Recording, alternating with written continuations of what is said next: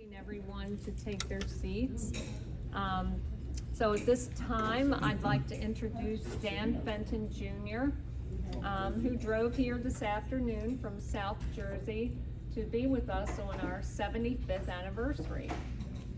Let's give Dan a hand. Thank you very much. I'd like to say it's an honor to be here. I haven't attended a Holly Society meeting in many, many years, but I was very much a part of the society at one point. I know my parents, both deceased, would be so happy that you have given me the opportunity to talk about the Holly Farm and the legacy that is Dan Fenton and, of course, my mother, Catherine Fenton. I have some notes prepared, but it's going to be more extemporaneous than anything, because that is the way I think it should be. And anyway, I'd like to start off by just giving you all a little bit of history.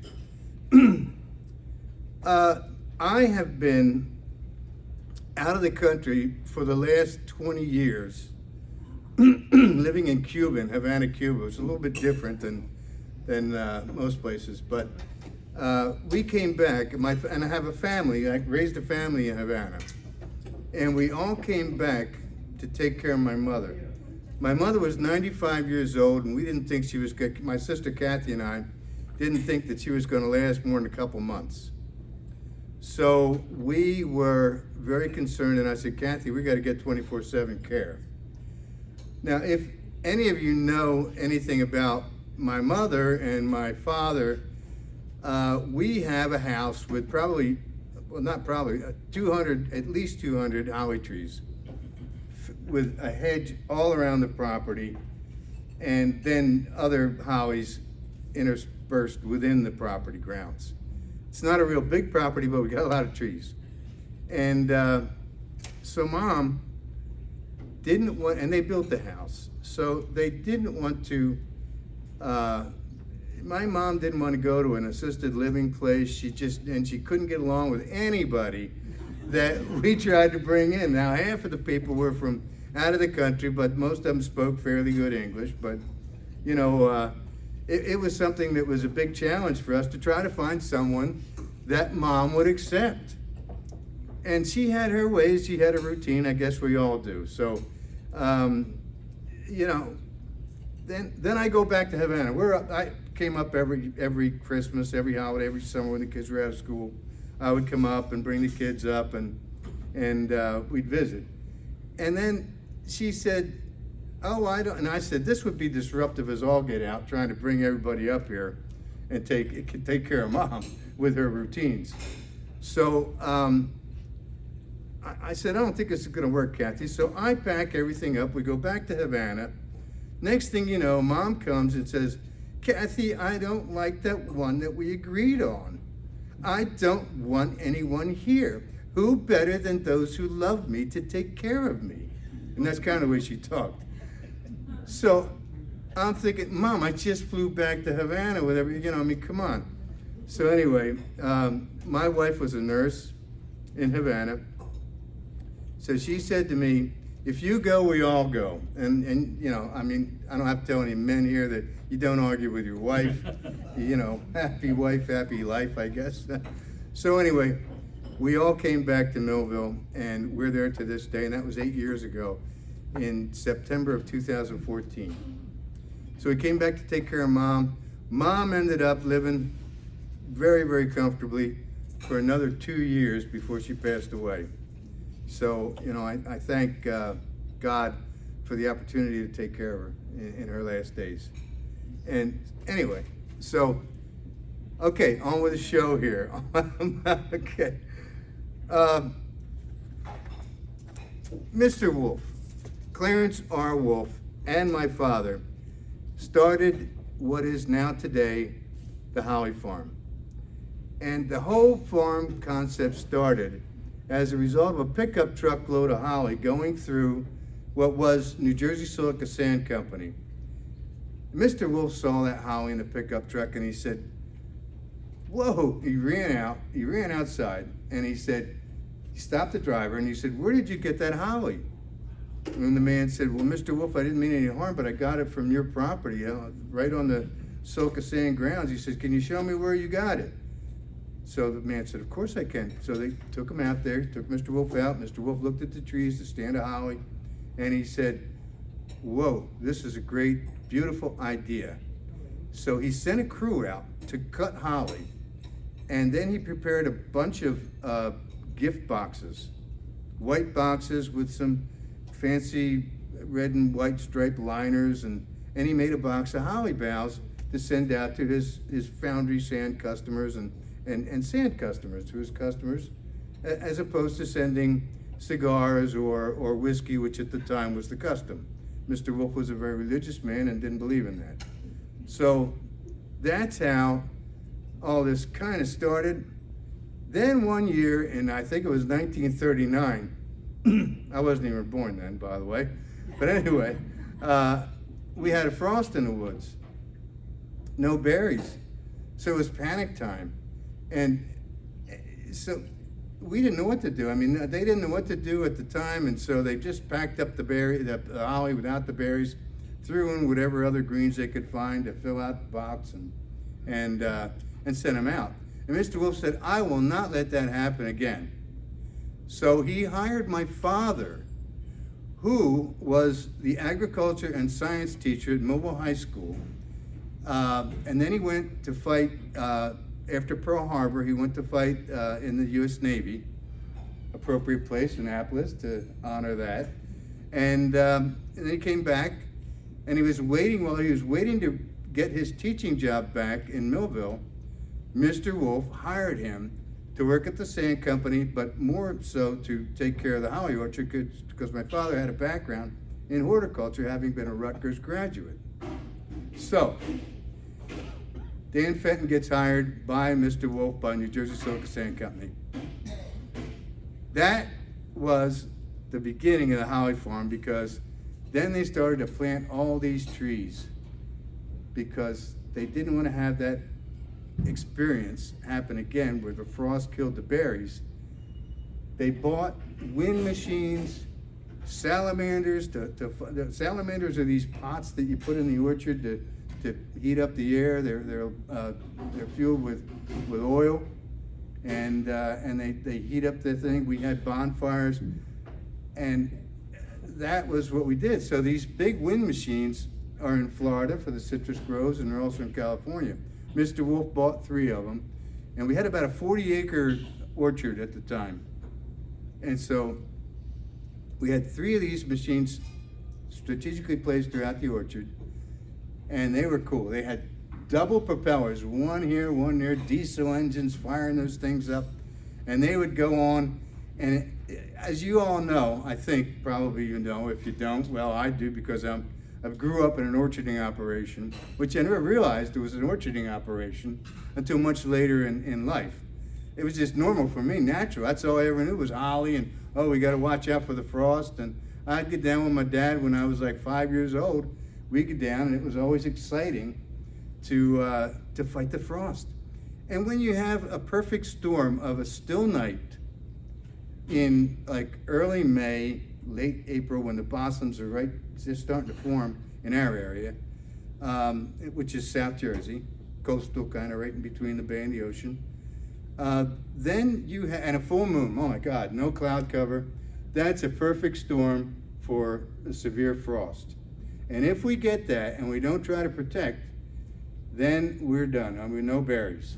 So we would all go out and fight the frost, and I'll never forget it. It was fun. Then in the morning, 5 o'clock in the morning, we'd assess the damage, and we'd all have hot chocolate, and then everybody would go home, get half a day off, whatever.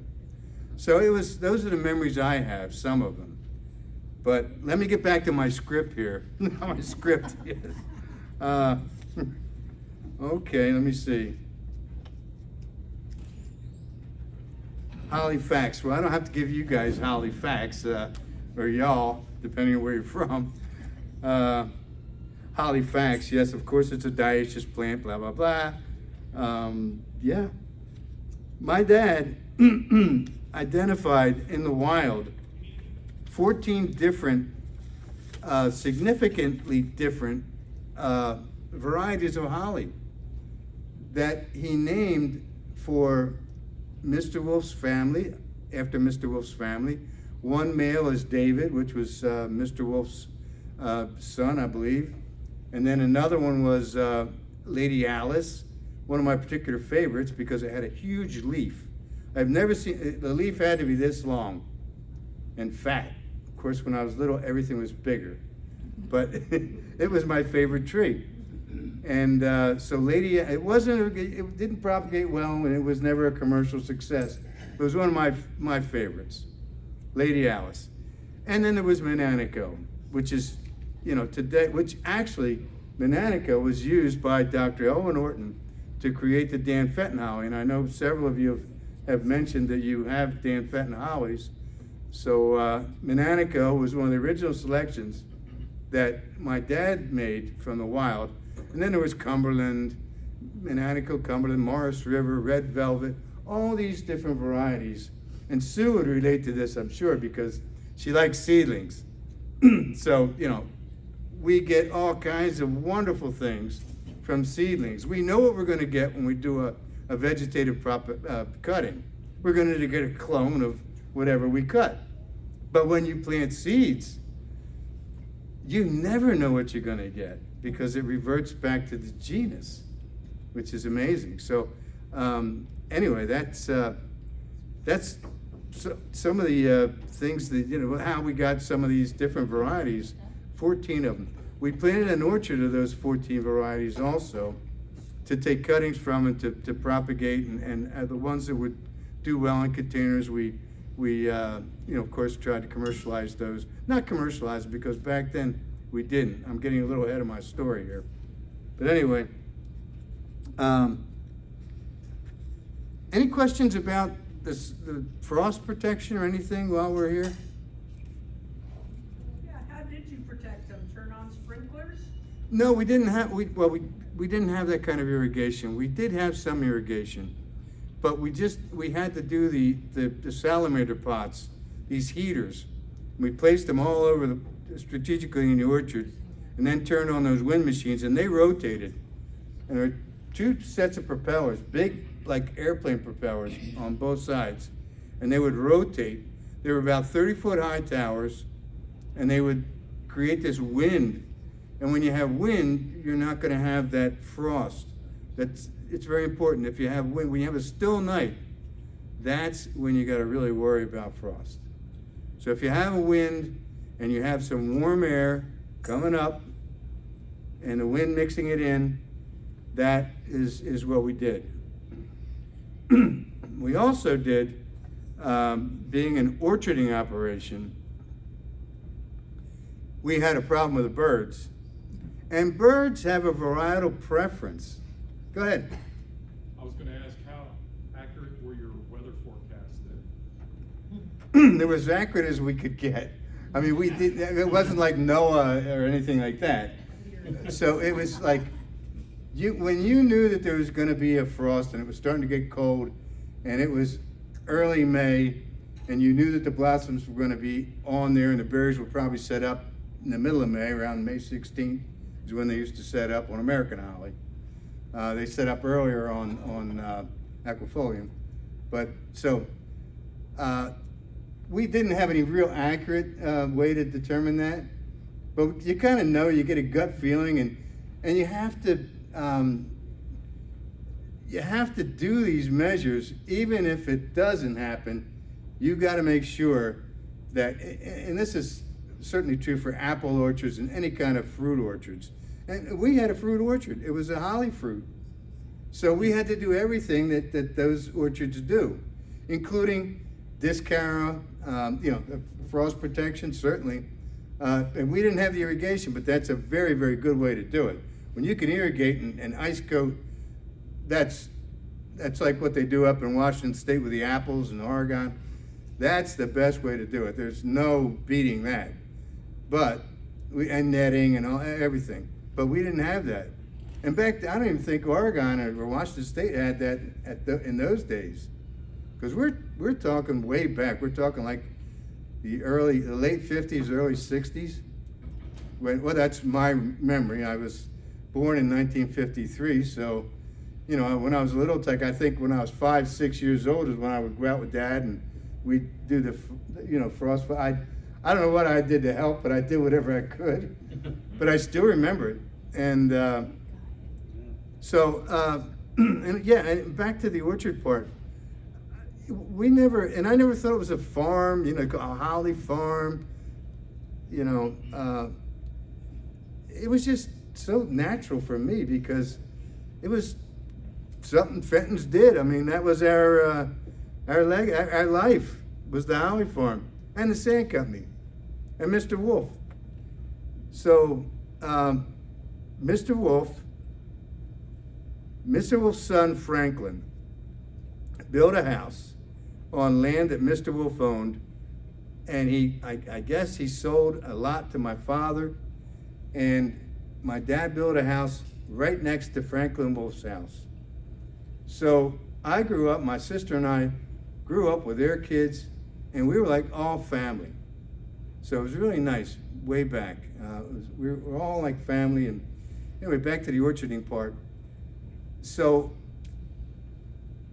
everything that applies to an orchard, to a apple orchard, applies to a holly farm. You've got to get in there and discarrot. You have to have a tractor. You discarrot. You worry about the birds. If you have the birds coming in like they always do, my dad used to say Nova Scotia robins.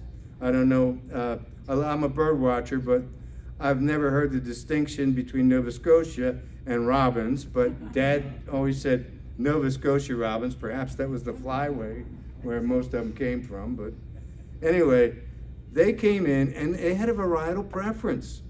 They knew what trees they wanted to go after. They absolutely knew what trees they wanted to go after. So we would have carbide cannons in the orchard. We would have strings of M80 firecrackers going off all the time. You know, and we would take, I gotta say, we'd take a shotgun down the row and with blanks sometimes, and try to teach them a lesson. But guess what? No matter what we did, we couldn't control those robins. They would get so immune to the, you gotta have the same problems, right? I do. It's amazing. And they like, in my yard, we have, in our yard, now I'm living where when my mother passed away, my sister and I inherited the house, so my wife and I and my family, we live in our ancestral house. So, there are 2 great big holly trees in the front yard that my dad planted, and they're wild varietal selections that he selected, but they're not Mananico or Marsh River. They were before he did that. So, but they're gorgeous trees. They're like 70 feet, 60 feet tall probably, and just as conical and beautiful as you could be. But guess what? And then there's the Dan Fenton holly, and I'll get to that a little bit later, but I'm jumping ahead. But anyway, the birds go for one tree, right, they're both side by side. They're maybe 20 feet apart. And they go for, probably a little bit more, 30. So they go for one tree, completely denuded of berries. Then they go for the other tree, and they hit that one. And the last one that they do is the Dan Fenton holly. That's the last one. It's like they don't like that fruit for some reason. Now, Sue has just the opposite experience, because I was talking with her about that maybe a year ago, I guess, whatever it was. And she said, oh no, they love the berries on the Dan Fenton. Well, I don't know if it has to do with location or lack of, who knows, soil, exactly. But that's absolutely the case. And so anyway, back to my script here. Yeah. Deck the halls. We had this orchard planted, and the orchard had about 4,000 trees. And it was huge. And we had winter rye planted among the trees so that when we cut the boughs, they'd fall onto the winter rye and they wouldn't get muddy or anything, because we have sandy soil, and, you know, muddy, sandy soil, it's not very nice. When it gets wet, it gets muddy. So we had the winter rye planted in there. And you cut the boughs and they'd fall down, and when we'd put them in a big crate, run the tractor up to the packing house, we'd pack them off into the gift boxes and stuff. And it was really a fascinating time of the year, because that's the time when we would get all these tours coming in. And we had a place, a building, like a house. It was actually a house with a basement, 2-story house, fireplace and everything, where we housed, at the end of the day, after a few years, I mean, this didn't happen overnight. It sort of evolved, and we came up with the Holly House. And every piece of furniture in there was made out of holly wood. It was amazing. Desks, office desks, completely made out of holly wood. The windowsills, everything, the frames, everything was made out of holly wood. So it was quite impressive. So we dubbed this the Holly House. And we had vitrines, showcases, glass enclosed showcases that housed the Holly China collection. And my dad would stop everything that we could be doing, whatever needed to be done. All of a sudden, if somebody came in and said, geez, could you show us around? Or my, it's our first time here. Dad would delight in showing them everything that he could, and talk to them about Holly, and as a result of that, that's how the museum grew. People would donate pieces of china. They said, geez, I have a piece of china that, it's been sitting in the attic there. I think it's Holly. Let me check it out. Sure enough, they'd send it and say, geez, Mr. Fenton, we enjoyed that talk so much. We had such a good time. We would like you to have this for the museum. Now, we never charged anything for any of those tours. And this mushroomed to the point where we had dozens, I would say hundreds, we had hundreds of buses coming in from late October on to tour the Holly Orchard and to see the museum and to hear the talk, and it was amazing. Not one penny did we ever charge. They would come in unexpectedly. We never knew when they were going to come, but they came. We took care of them. We gave them a tour. We dropped everything and took care of them. And that was kind of like the legacy of the Holly Farm. Then things changed. We had Mr. Wolf passed away. And this is kind of really tragic, because Mr. Wolf's eldest son, Franklin, our neighbor, Uncle Frank, died a week before Mr. Wolf passed away.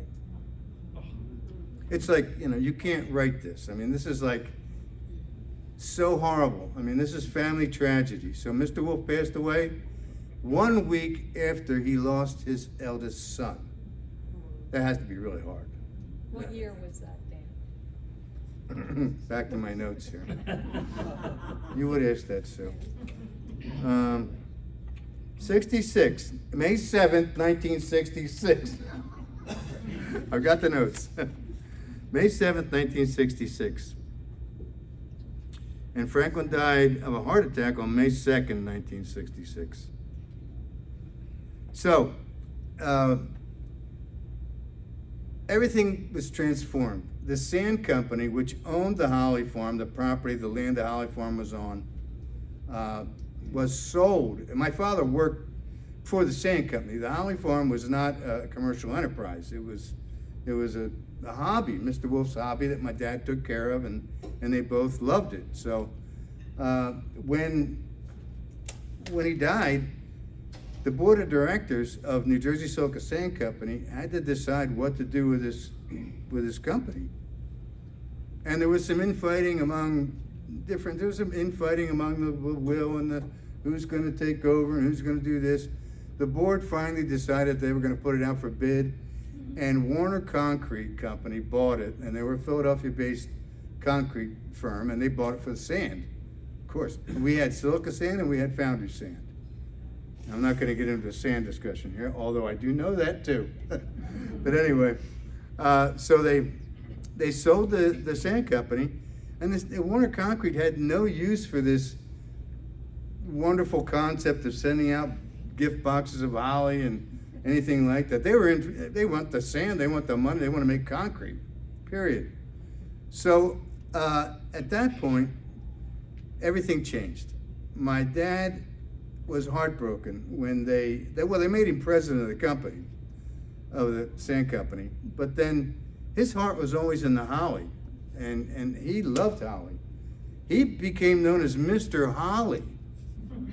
Seriously, and he even got Millville, between Mr. Wolf, it's not just my dad, it's Mr. Wolf and my dad, but Millville adopted this and embraced it and became the Holly City of America. It was on the stationery, it was everywhere, holly. Everywhere you would look in Millville, there's a holly tree. And so it was huge. So my dad decided that he wanted to try to preserve this. So he got together with a group of businessmen, local businessmen, and they tried to make a go of a commercial. They made a commercial venture, American Holly Products. I even worked there. And, well, we were propagating holly, we were raising containerized hollies, we were selling it all up and down the East Coast, out to, I guess, as far west as Western Pennsylvania, Pittsburgh, everywhere. I mean, garden centers primarily. We didn't do any like chain stores or Kroger or Walmart. We did garden centers that would pay for a nice plant, guaranteed everything. And then we had some other products that were kind of cool. This little one, we had a little 4-inch potted plant, which was a rooted cutting, a 2-year wood rooted cutting with berries. Modeled after some of the stuff that you used to, like in the old days, I guess it's still that way, that you'd see at some of those places down on the way to Florida on 95, when you would have these little palm trees. Well, that struck an idea, so my dad came up with this Jolly Holly. Red and green box, white, red, and green, I'll never forget it. With little see-through spots, we wrapped those little 4-inch pots in plastic, they were square 4-inch pots. And that was the Jolly Holly. We guaranteed them. We sold them through Better Homes and Gardens. We sold them mail order, back in the day through all those different, there was no, internet then, of course, but, we sold them through those publications. And they were extremely successful. I mean, the people just bought them like crazy. And Dad insisted that he wanted everybody to have a successful experience with those plants. So everyone was 100% guaranteed. If you sent the plant back or you wrote a note and said, geez, Mr. Fenton, we really enjoyed your talk. We bought the holly plant, but it didn't live. Okay, we'd get back to him and say, well, where did you have it? Oh, I had it next to the heater in my basement. Oh, okay, well, maybe it dried out. Did you water it? No, we kept it in the plastic. Oh, okay. So, but he would nonetheless send another one out. Everyone was guaranteed. We also had another product that was like a holly bough in a plastic bag. Well, when we first launched that product, that was sold to garden centers. When we first launched, and we still had the gift boxes, that was iconic, with the red and white striped paper and the holly in there and white boxes sent out. We still had the gift boxes, but we sold them. And then we had these holly boughs. And it's kind of funny. This is a story that nobody knows but me, probably. And we put them in plastic. We had this machine that would tie like wire, and we had so you could hang these holly boughs real easily. And you had this beautiful spray of holly with a wire wrapped, around the branches, and it had a circular hole there that you could just hang it on a nail or whatever. Well, we were going gangbusters with that until we started to get some complaints. What were the complaints? The complaints were, hey, the bag fogs up, we can't see the holly. Who would have thought, right? So we had to punch some holes in the bag, and we resolved that problem. And the holly farm, and I was like the salesperson, so I would go out with Joe Kenny, I'll never forget it. And we would both go out, and eventually I would just go out myself, and I sold basically 10 states up and down the East Coast. and I would sell to garden centers. And we would load up trucks, straight trucks, and we'd drive our own trucks and deliver these plants. We'd load up the orders, 2 gallon, 1 gallon, 5 gallon containers, whatever it was, and we had some really nice, beautiful plants. And we had Nellie Stevens, we had, of course, American holly, several different varieties of American holly. We had San Jose, Pernii cornuticross, we had all sorts of hollies that we would commercially sell as American holly products. Well, as nature always has her way, I'm getting a date here. Now I know this date. This date will live in infamy for me because my dad had a heart attack and he had to take it a little bit easier. And we had a lot of things going on too. We were trying to commercialize Stuart Silver Crown, which was the first variegated American holly, which was a big deal that my dad said, oh my God, this is what we've been waiting for. So we worked a deal with Lynn Stewart, and I would go up there and I'd get all his rooted cuttings, we'd bring them back, and we would pot them up and raise them on, and wow, it was great. So we had a bunch of these, 1 and 2 gallon Lynn Stewart Silver Crown. That was the one that he first came out with. Then he had other ones, and maybe you picked Lynn's Gold. Lynn's Gold. He had a bunch of them at the end of the day. But he had a mutation, and he took that, and he was in Pittman, or Sewell, I think it was. Yeah. So anyway, so this is all the stuff that we had going on. And we had blue hollies too. We brought those from Conard Pile, and we were selling these hollies. So then one fateful day after my dad had his heart attack, we had a crushing event happen, a meteorological event. In 1983, February 10th, got the date this time, February 10th, we had a heavy, wet snow that deposited, and there's nothing more beautiful than a holly tree with a humid snow. It's gorgeous. Those broad leaves, there's nothing that I could think of that would compare to that in terms of how beautiful that is and how I remember the orchard in the wintertime when we would have a snowfall. It was gorgeous. And the holly blossoms in the spring too. I digress a little bit here, but nothing better than that, and that smell, that heady smell of the holly blossoms of American holly. And we had holly hives, beehives all over the orchard. We would have holly honey from those beehives sell in the gift shop. So all this was going on with American holly products. Then we had the snow. Well, we had Quonset huts. Now these are, I don't know if you all know what Quonset huts are, but you bend like conduit, and you bend these metal tubes, and you create these huts. Hoop house, okay. We call them Quonset huts. And you cover that with 4 or 6 mil plastic, and you overwinter your stock that way, so that they don't freeze and the wind doesn't desiccate them, and you can, that's husbandry. I'm sure you do the same thing. Mm-hmm. So we had hundreds of Quonset huts with 1 and 2 gallon containers and 5 gallon containers and everything we had. Well, that snow completely crushed the Quonset huts. So we lost all our 1 gallons, we lost all the 2 gallons. We were able to save a bunch of the 5 gallons, they were a little sturdier, but we just lost everything. So a decision was made at that point, hey, we're not gonna pour good money into something that's gonna cost a fortune and years to recover. So that was a determination point where you have to say, well, I guess it's over. So that was it. It was over. Then Atlantic Electric Company came in, saved the day. Atlantic Electric Company bought the property where the holly farm was and all the tract of land, 1,500 acres. We had maybe 40.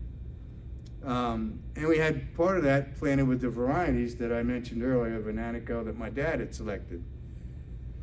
We had maybe 14 acres of that planted with those varieties. Anyway, they came in. Oh God, wonderful. Land Collector's gonna take this place, they're gonna keep the Holly House. Well, what they did was they improved it. They bulldozed the Holly House, demolished that, saved the collection. Frank Wheaton Jr. bought that collection of Holly china, which was the Haviland Limoges, Wedgwood, the Carnival glass, many different things, bronze thing. I don't even. My father's favorite piece out of the whole thing, and where we would start the discussion or the tour, was with, I'll never forget it. It was a framed, glass-covered rendition of the Lord's Prayer, carved out of Hollywood. Now, this is not laser carved like today. This is no big deal. This was over 200 years old back then. I'm 69. I'm gonna be 69 on Halloween. My birthday's Halloween. So when I was like 10 years old, this was 200 years old. So, it's even older, or it was. I don't even know if it's still part of the collection. No. Some of that collection, well, Frank Wheaton bought the china, and then the rest of the collection, the Holly murals. We had great big murals, I mean big, that were commissioned by an artist, Forrest Crooks was his name. And they were beautiful murals. Well, we donated those to the Millville what was at the time, the Millville YMCA, which was one of Mr. Wolf's favorite charities. So they hang proudly today in what was the Millville YMCA. I think it's some activity center or something. It's no longer YMCA, but it's right there in Millville. And the rest of the stuff went to Frank Wheaton. He bought the collection, I guess. So, and then Frank Wheaton III, how things come full circle, donated the collection to the Holly Society, and you all had a chance to take a look at it, which is terrific. What's left of it? I have no idea whether that wood thing, was that there? No. Well, that was gone. Okay. Well, go figure. But anyway, yeah, so back to the ending. The ending seemed to be a new beginning with Atlantic Electric. They built a beautiful house, much better than the modest Holly house that we had. And they were going to use this as a regional convention center or conference center, meeting place for their electric enterprise, for their company, Atlantic Electric. Well, they used it for several years. They call it the Brian Parent Center. Brian Parent was a member of was an executive at Atlantic Electric and a great guy from Millville. And that went on for several years. And the end game was to build a coal-fired generating station on that 1,500-acre tract, which never ended up happening. But later on, after a few years, they abandoned that center. Atlantic Electric just had that property in limbo, and the property became for sale. And it became a contentious thing because a lot of people in Millville wanted, many people said, let's find a company, let's find some entity that will buy the Holly Farm, maintain it somewhat like it is now, keep a lot of these trees that are 100-year-old trees. 100-year-old trees. 10-year-old saplings that were planted in the 30s are 100-year-old trees. So this is an amazing spot. But nobody was interested in doing that. And then it became a problem because, well, there was a sod farm. Well, sod farming is farming, but it's, not exactly soil friendly. It depletes a lot of soil. It has its pros and cons, but strip mining. Yeah, sort of, exactly. Yeah. And then there was a development one that was going to come in, like a retirement center community, which would have been kind of nice, maybe, to create some pathways in the orchard there so people could walk around, and that's what I had envisioned. Something like that, where you could have a community, a nice community, upscale. We had plenty of woods up on a hill where that could have been done, and then you know, the Holly Farm could have stayed somewhat intact, and we could have had these pathways, you know, paved roads throughout, and some signage, and identify some of the plants. That was my dream. Well, that never happened, and it ended up being sold to the state of New Jersey, just recently. I was asked to speak at the grand opening with the New Jersey state officials, and so I did. And a friend of mine, Jane Morton, happens to be the founder of a group called Citizens United for Rivers, and they were responsible for kind of talking to the state of New Jersey and putting this together, because they took two tracts. There was this commercial land between two preserved tracts, the Peasley on one side and the Mananico game tracts. They were state protected lands. So now this brought both of those together. The sale of this 1,500 acre tract brought both of them together, which I thought was really nice, as opposed to having the whole thing paved over, or having, you know, God knows what, a car dealership. Who knows, you know? So, and I don't mean to say anything against car dealerships, but not in the Holly Farm. So, anyway, so I gave a talk, said hi, but I got to tell you, it was like a gut punch when I saw my father's variety orchard the last of it being bulldozed and buried. The wood wasn't repurposed. None of the trees were salvaged. And I said, well, why didn't somebody, you know, and I know Jane Christie. Jane reached out and was very, very upset with this, because she said that, you know, something else could have been done. Something could have been done with those trees, and I agree with her. And I posed that question, and they said, well, the trees were planted too close together. Nobody could really transplant them or anything. And I said, yeah, you know, then it's true. It's true. In defense of whoever or whomever, it's true. She brought that concern to the executive board, and I wrote over 11 letters to elected officials in that area, and I did not hear back from one of them. There you have it. Yeah, well, all the king's horses and all the king's men couldn't put the Holly Farm together again. Okay.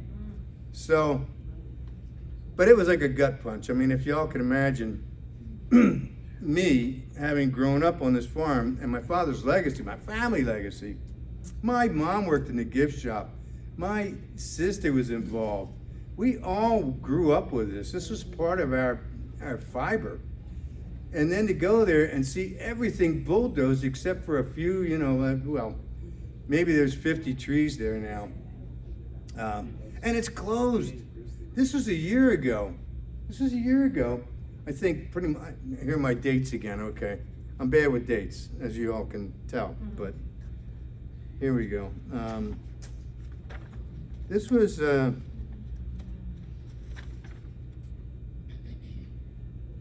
this was May 21, 2020. Yeah, it was in March 20th, 2021. That was it. So doesn't the New Jersey Fish and Wildlife have a proposed visitor center? Yeah, proposed is the key word here. Yeah. Nothing's happening. The only thing that's good about it is my good friend Alan Jackson, not the singer, is the president of the Bluebird Association of New Jersey, and I'm a bird watcher, so Alan and I go out and we band birds. He has 7 bluebird boxes established on the property, and they're all producing new birds, which is really nice. But that's the only thing that I'm really in favor of at this point with the house site. They could have repurposed that wood. There are local mills that would have taken that and done something with it, you know? Anything more than just having it be bulldozed and buried and seeded with buckeye. I mean, why do you think a conservation organization would bulldoze the plants like that? Because they wanted to bring it back. Their idea was to bring this back and try to bring back the bobwhite quail. Now, I did live on the farm for 1 year when I was working there. I lived for an entire year on the farm in the Holly House on the second floor. I had my bedroom there, and I worked there. And I was like the guard. Well, I have so many stories about that. One time, I took my shotgun down. I said, "Oh my God, we're being robbed here," because we had all this china, and we had a safe there where we had some, money for the gift shop and all that. And it was deer coming crunching through the snow, and I got so scared. And then one time, I heard a woman being abused. I heard this mournful wail. It was the barn owl. I didn't know, but it was so beautiful living there because I would hear the whippoorwills at night. The bobwhite quail were all over. The rough grouse would drum in the forest nearby. It was just a beautiful spot. And there was a vernal pond where we had frogs and all kinds of different things, not right near the lower part of the orchard where we had the males planted. And there was like an alley where all the males were planted because we never cut them. So they grew together, and it was a really cool spot and I mean that literally, a cool spot in the summertime because it could be 10 degrees lower where these male hollies were. But anyway,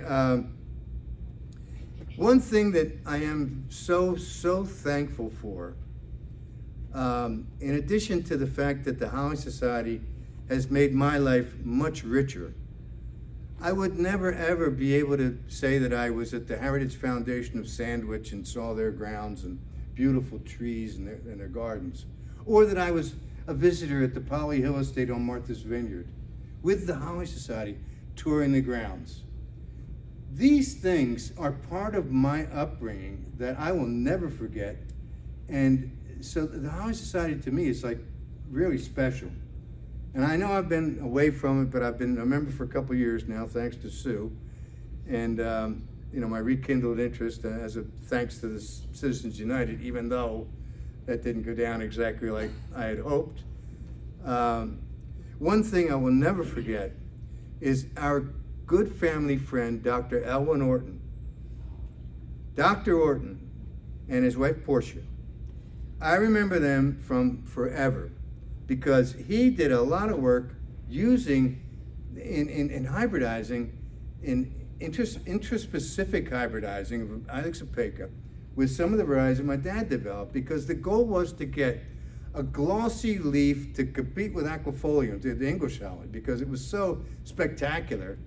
But if you could get an American holly with that dark glossy leaf, with first year wood berries, right prominent, like they are, wouldn't that be special? Kind of like the variegated, different, really splashing. Elwin Orton, in excuse me, date time, I think it was 67. I don't have a date here, but anyway, it was in the spring, and Dr. Orton donated a tree, maybe like a 5-foot tree, 4 or 5 foot, and gave it to my father. And my father wasn't doing too well health-wise at that point. He'd had the heart attack, he had some other problems. And so what happened was my dad was just thrilled. He was so honored by this gift and this honor of having a Dan Fenton holly. Dad never named a holly after himself. And he could have. I mean, my God. Dr. Casaba, there's millions of examples of naming, work that you did after yourself. There's nothing wrong with it, of course. But my dad never did it. And Dr. Orton did it. And my dad was just overwhelmed with that gesture. And my dad passed away in October of that very same year. So, yeah. Well, that's it, guys. Any questions? I've got a story to tell, and some of the rest of you might be interested, and I know you will be. Back in a former life of mine, when I worked for a supermarket chain back in the 70s, mid-70s, and and I was in charge of the flower and plant sections of 60-some grocery stores. And somehow I got word that American Holly Corporation was selling these decorative little cartons, 4 in a row, of Jolly Holly. And it was a canary, it was a Stewart Silver Crown, and I think it was a Manantico, and then I don't know, a male of some kind. So anyway, I bought for the company, I think 100 cases, and I can't tell you how many. 24 per case, by the way. Okay. So we sent them out to the grocery stores. But anyway, that was an interesting thing. That was in Indiana, central Indiana. Wow. Yeah. And so, 2 of them, that's where I got my Dan Fenton. Well, no, it isn't where I got my Dan Fenton. It was where I got my Stewart Silver Crown and Canary that grew to 30 feet tall. Great, excellent. Yeah. What was So the anyway, name, Paul, what was the name Thanks of for that the order. chain? What was the name of the grocery chain? Marsh supermarkets, and they're no longer in existence. Boy, you know what? That I know that company. Oh, you do? I'm going to tell you what, and you'll remember this. When I said I lived out of the country, and Sue wanted me to bring this up because it's kind of interesting, but I lived in Havana, Cuba. Yeah. Marsh was very much interested at the time, and I'm talking 30 years ago, no, 28 years ago, because I came back, I was in Cuba for 20 years, and I came back 8 years ago with my family, and I told you that story, but Marsh was very, very much interested in selling products to Cuba. Oh, really? Oh, absolutely, yeah, yep, and he had I'm not sure exactly, he was, I think, from, one of your executives was from, forget his name, but he was of Arab descent, or from the UAE, I think, I don't well, anyway, yeah, Marsh, know. yeah, and small world, Yeah. but, yeah, well, I guess that, yes? Oh, I got a little story too. I grew up in Toms River, just north of there, and my mother was a fanatical holly person. Our yard was nothing but hollies. Our driveway was, she planted them so close to the driveway, it was a cave we drove through. Sounds familiar. It's the same thing you're saying. And she was a 4-H leader, so she took us to the holly farm, and I clearly remember the cannons going off, and I saw the birds fly up, and then 2 seconds later, just Right back down, yeah, right. So, Yep. I'll never forget that trip. It was really fun. You got the tour, right? Yeah. Yep. Anything else? Yes? So what kind of hollies do they have in Cuba? Well, actually, it's a zone, what would be the zone there in Cuba? Zone 8? Dorado, maybe? You would have Yopon, maybe, you'd Yopon, your southern hollies, yeah. Cuba's probably zone 10 at least. Humid, hot. I never thought about it, to tell you the truth. I was so far, at that point in my life, Well, that's shocking. I was so, yeah, well, I would have had someone said that, but I gotta believe it would be. I will tell you a little story. Right now I'm involved in post-harvest technology for antimicrobial treatments for vegetables and fruits, and I just found out from a LinkedIn post that a friend of mine did that Yopon, believe this or not, Yopon, Ilex vomitoria, I guess, right? All right, what the Indians used to drink in their ceremonies and to get fired up, is now being infused in beverages commercially available. Yes. I couldn't believe it. I mean, mate, of course, Ilex paraguensis, mate. Yeah, is extremely popular in South America, Argentina. Every morning, when I was in Argentina, we used to drink it every single morning and pass the gourd around. I mean, yeah. So Bob, I could see mate, but not Yopon. I mean, that's amazing. Bob, when was our Myrtle Beach meeting?